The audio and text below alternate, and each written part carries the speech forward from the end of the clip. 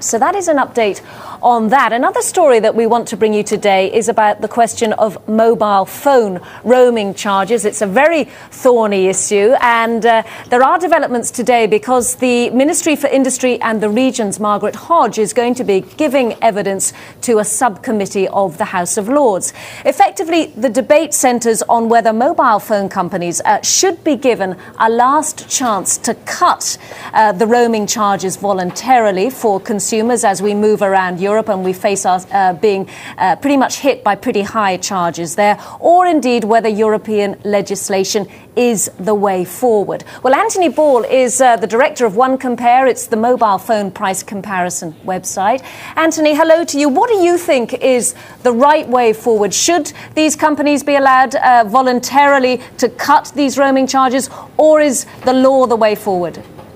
Well, we've seen in the past 10 years these companies have had the chance to cut roaming charges voluntarily, and it isn't until the EU have actually come in with this legislation and said that they're going to look to regulate it themselves that we've seen significant price drops over the past year or so. Now, Margaret Hodge, of course, her view is that really we should be giving these companies a last opportunity to cut voluntarily rather than face a cap on charges. But what is your solution to this? Well, really, the legislation that's about to be proposed by the EU, it isn't exactly perfect. There are enhanced costs on the mobile phone networks for connecting calls while you're overseas.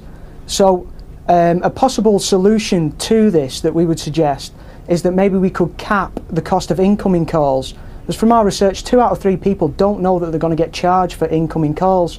So if we stop that and we allow them to take the phones abroad, we allow them to remain contactable so all the friends and loved ones can get in touch with them if there's a problem, and then they have a choice about whether or not they want to use their phone and they know they'll get charged extra. And Anthony, remind us exactly how much people are having to pay extra for receiving and making calls around Europe rather than in their own national country.